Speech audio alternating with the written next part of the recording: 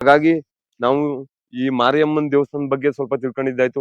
ಇಲ್ಲೇ ಹತ್ರ ಇರುವಂತ ನಮ್ಮ ರಾಮರ ಹನುಮರ ದೇವಸ್ಥಾನ ಒಂದು ಓಪನ್ ಇದೆ. ಬನ್ನಿ ಹೋಗೋಣ ದೇವಸ್ಥಾನಕ್ಕೆ. ಎಲ್ಲ ಹೊರಟಿದ್ದಾರೆ, ಇವರೆಲ್ಲ ನಿಂತಿದ್ದಾರೆ. ನಮ್ಮೂರವರು, ನಮ್ಮ ತಾತ ಇವರು ತುಂಬಾ ಹಿರೀಕರು ಹಾಗಾಗಿ ಎಲ್ಲ ಬಂದಿದ್ದಾರೆ. ಇವಾಗ ರಾಮರ ದೇವಸ್ಥಾನಕ್ಕೆ ಹೊರಡ್ತಾ ಇದೀವಿ. ಬನ್ನಿ ಹೋಗೋಣ. ರಾಮರ ಹನುಮಂತನ ದರ್ಶನನೂ ಮಾಡಿಸ್ತಾ ಹೊರಟಿದೀವಿ ದೇವಸ್ಥಾನದಿಂದ. ಬನ್ನಿ ಇಲ್ಲಿಂದ ಹೊರಡೋಣ. ಅವ್ರ ಹಿಂದೆ ಬರ್ತಾ ಇದ್ದಾರೆ ಫ್ಯಾಮಿಲಿ ಎಲ್ಲವೇ. ನಾನು ತಾತ ಬೈಕಲ್ಲಿ ಮಾರಿಯಮ್ಮನ ಕೈ ಮುಗಿದು ಹೊರಟಿದ್ದೀವಿ. ಇವಾಗ ಅವ್ರ ಫ್ಯಾಮಿಲಿ ಅವ್ರ ಗಾಡೀಲಿ ಹೊರಟಿದ್ದಾರೆ, ನಾವು ಹಿಂದೆ ಹೊರಡ್ತಾ ಇದ್ದೀವಿ.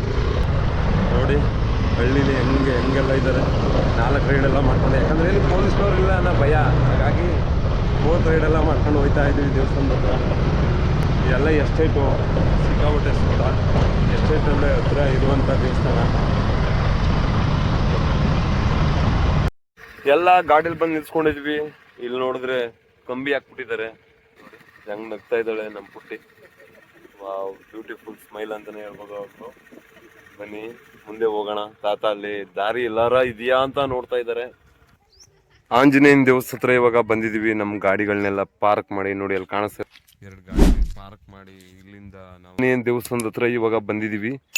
ಬನ್ನಿ ಹೋಗೋಣ. ಅವರೆಲ್ಲ ಹೋಗಿದ್ದಾರೆ, ನಾವು ಗಾಡಿ ನಿಲ್ಸಿದೀವಿ. ಇವಾಗ ಹೊರಡೋಣ, ನೋಡೋಣ. ಬನ್ನಿ ತೋರಿಸ್ತೀನಿ. 108 ಅಡಿ ಆಂಜನೇಯನ ವಿಗ್ರಹ ಅಲ್ಲಿ ಕಾಣಿಸ್ತಾ ಇರ್ಬೋದು ನಿಮಗೆ. ಬನ್ನಿ ಮುಂದೆ ಹೋಗೋಣ. ಹಂಗೆ ಅಲ್ಲಿ ಪೂಜೆ ಮಾಡ್ತಾ ಇದ್ದಾರೆ ನೋಡ್ಕೊಂಡು.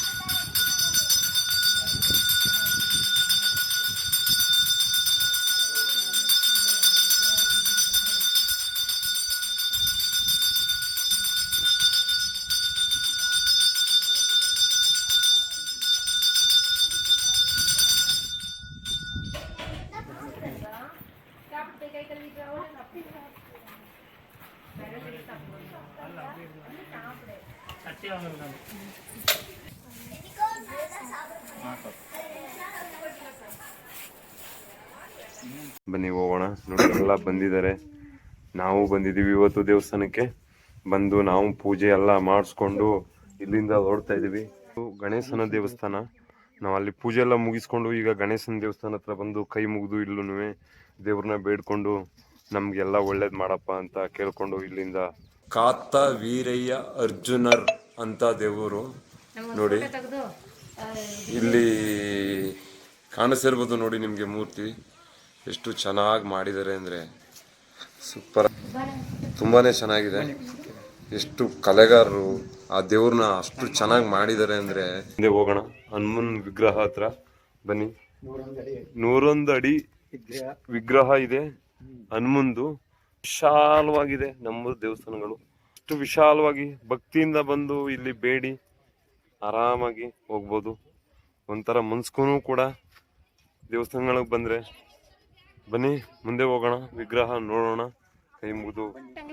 ನೀವೇನ್ ನೋಡ್ತಾ ಇದ್ದೀರಾ ನೋಡಿ, ನಮ್ಮೂರ ಹತ್ರ ಇರುವಂತ ವೀರ ಆಂಜನೇಯನ ವಿಗ್ರಹ. 8 ಅಡಿ ಇರುವಂತ ಆಂಜನೇಯನ ವಿಗ್ರಹ. ರೀಸೆಂಟ್ ಆಗಿ ಓಪನ್ ಆಗಿರುವಂತ ದೇವಸ್ಥಾನ ಇದು. ಸುಮಾರು ಒಂದು 5-6 ತಿಂಗಳು ಹತ್ತತ್ರ ಆಗಿರ್ಬೋದು ಈ ದೇವಸ್ಥಾನ ಓಪನ್ ಆಗಿ. ಹಾಗಾಗಿ ಸಾಕಷ್ಟು ಜನ ಬಂದು ಹೋಗ್ತಾರೆ. ವೀರಾಂಜನೇಯ ಸುತ್ತ ನೋಡ್ಬೋದು ನಿಮ್ಗೆ. ಹಾಗಾಗಿ ನಮ್ಮ ಊರ ಹತ್ರ ಇರುವಂತ ವೀರಾಂಜನೇಯನ ದೇವಸ್ಥಾನ ಇದು. ಬಂದು ನೋಡಿ ಎಷ್ಟು ಚೆನ್ನಾಗಿದೆ. ಇಲ್ಲಿ ನೋಡೋದಕ್ಕೆ ಆಗ್ಬೋದು, ಪ್ಲೇಸ್ಗಳೇ ಆಗ್ಬೋದು, ದೇವಸ್ಥಾನಗಳೇ ಆಗ್ಬೋದು. ನಮ್ಮ ಸುತ್ತಮುತ್ತ ಇರುವಂತದೆಲ್ಲ ದೇವಸ್ಥಾನಗಳೇ ಕಾಣಿಸ್ತಾ ಇರ್ಬೋದು. ನನ್ನ ಹಿಂದೆ ಹನುಮನ ವಿಗ್ರಹ 108 ಅಡಿ ಇರುವಂತ ವಿಗ್ರಹ. ಬನ್ನಿ ಅಲ್ಲಿ ಹೋಗೋಣ. ಅಲ್ಲೂ ಸ್ವಲ್ಪ ಜನ ಇದ್ದಾರೆ.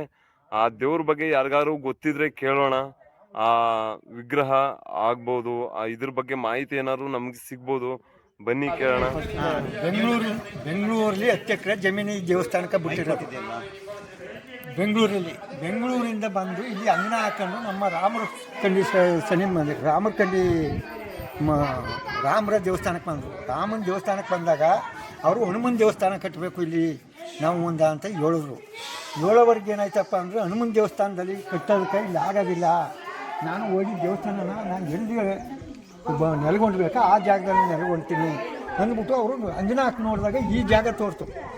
ರಾಮರ ಕಂಡಿ ಮೂಲ ಇದೇ ಜಾಗ ರಾಮರ ಕಂಡಿ ಮೂಲ ಅದು ಅದು ರಾಮರ ಕಂಡಿ ಬೆಟ್ಟೆ ಕಾಣುತ್ತೆ ಅದು ಅಲ್ಲಿ ಹಾಕಿದಾಗ ಇಲ್ಲಿ ತೋರ್ತು ಆನೆ ಯಾಕೆ ನಾ ಕೂತ್ಕೋಬೇಕು ಅಂತ ಸ್ವಾಮಿ ಕೇಳ್ಕೋಣ ಅಂತ ಸರಿ ಇಲ್ಲಿ ಬಂದು ಎಲ್ಲ ಕೊಟ್ಟು ಸರಿ ನಿಮ್ಗೆ ಎಲ್ಲಿ ಆ ಸ್ವಾಮಿ ಹೋಗಿ ನೆಲ್ಕೊಂಡಿರೋ ಅಲ್ಲಿ ನೆಲ್ಕೊಂಡಿಸಿ ಅಂತ ಹೇಳಿದೆ.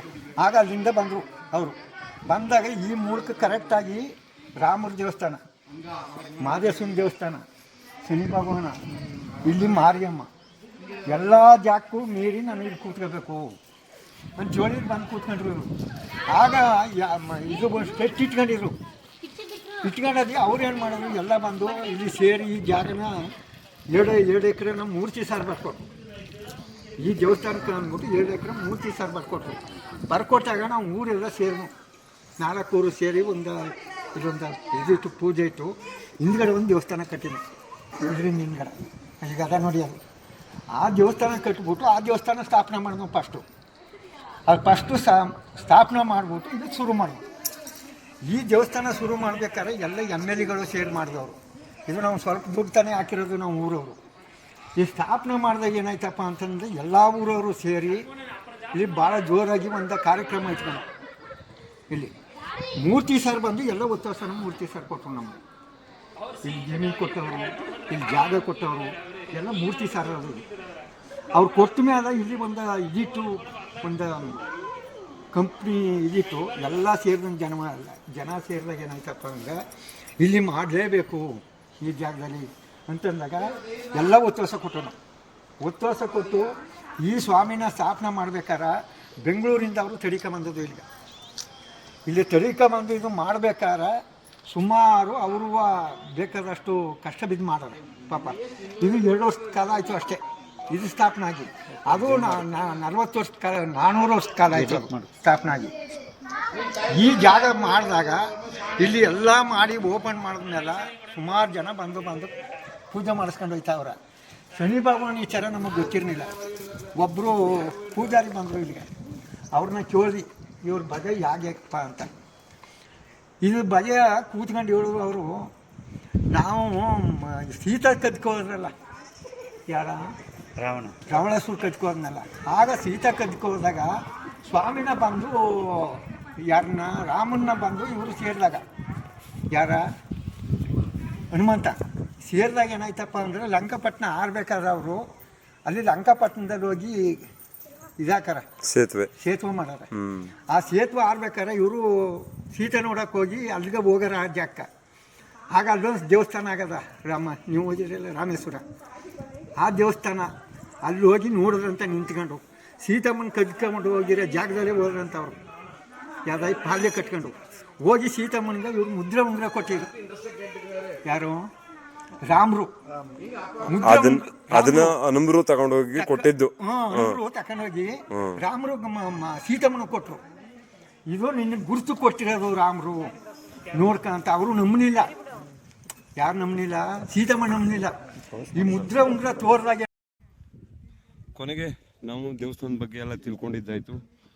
ನಮ್ಮೂರು ಆಂಜನೇಯನ ದೇವಸ್ಥಾನ, ಮಾರಿಯಮ್ಮನ ದೇವಸ್ಥಾನ, ಎಲ್ಲ ದೇವಸ್ಥಾನದ ಬಗ್ಗೆನೂ ತಿಳ್ಕೊಂಡಾಯ್ತು.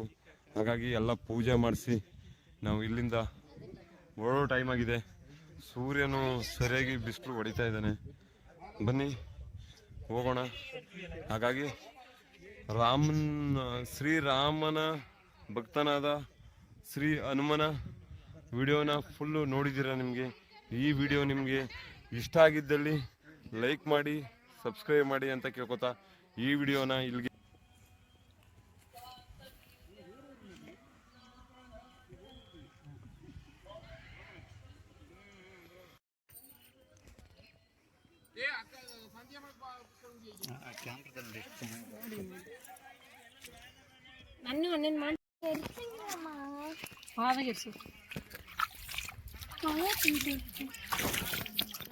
ಮಳೆ ಬಂದ್ರೆ ಕಲರ್ ಹೋಗಲ್ವ? ದೇವ್ರಿಗೆ ಇಸ್ಬಾರ್ದ್ರೆ ಪಾದಗಿಸ್ನೆ ಪಾದ ತೊಳೆಯಕ್ಕಂತ